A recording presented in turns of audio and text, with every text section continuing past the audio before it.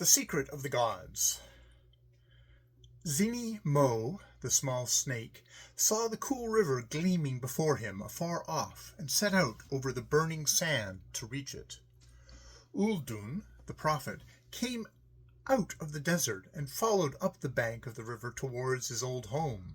30 years since Uldun had left the city where he was born to live his life in a silent place where he might search for the secret of the gods. The name of his home was a city by the river, and in that city many prophets taught concerning many gods, and men made many secrets for themselves. But all the while none knew the secret of the gods, nor might any seek to find it. For if any sought, men said of him, "This man sins, for he giveth no worship to the gods that speak to our prophets by starlight, when none heareth."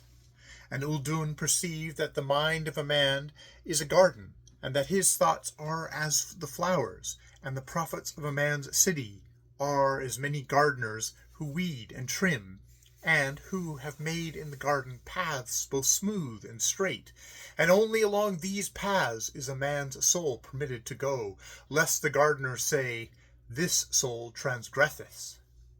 And from the paths the gardeners weed out every flower that grows, and in the garden they cut off all the flowers that grow tall, saying, "It is customary," and "It is written," and "This hath ever been," or "That hath not been before."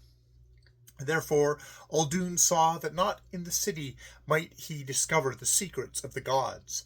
And Uldun said to the people, "When the worlds began, the secrets of the god lay written clear over the whole earth, but the feet of many prophets have trampled it out. Your prophets are all true men, but I go into the desert to find a truth which is truer than your prophets." Therefore Uldun went into the desert, and in storm, and still he sought for many years.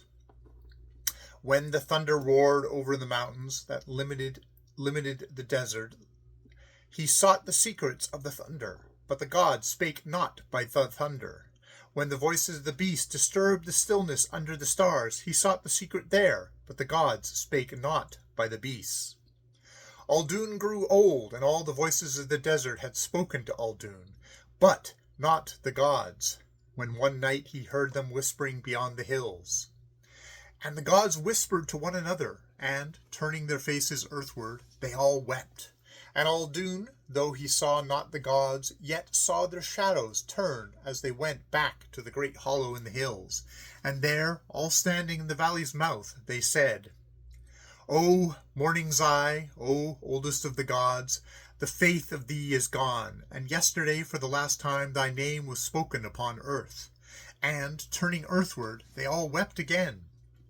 And the gods tore white clouds out of the sky, and draped them about the body of Morning's Eye, and bore him forth from his valley behind the hills, and muffled the mountain peaks with snow, and beat upon their summits with drumsticks carved of ebony, playing the dirge of the gods. And the echoes rolled about the passes, and the winds howled, because the faith of the olden days was gone, and with it had sped the soul of Morning's Eye. So through the mountain passes the gods came at night bearing their dead father, and Uldun followed. And the gods came to a great sepulchre of onyx that stood upon 4 fluted pillars of white marble, each carved out of 4 mountains, and therein the god laid Morning's Eye, because the old faith was fallen. And there at the tomb of their father the gods spake, and Uldun heard the secret of the gods. And it became to him a simple thing, such as a man might well guess, yet hath not. Then the soul of the desert arose, and cast over the tomb its wreath of forgetfulness, devised of drifting sand, and the gods strode home across the mountains to their hollow land. But Uldun left the desert and travelled many days, and so came to the river where it passes beyond the city to seek the sea, and following its bank came near to his old home. And the people of the city by the river, seeing him far off, cried out, "Hast thou found the secret of the gods?" And he answered, "I have found it, and the secret of the gods is this."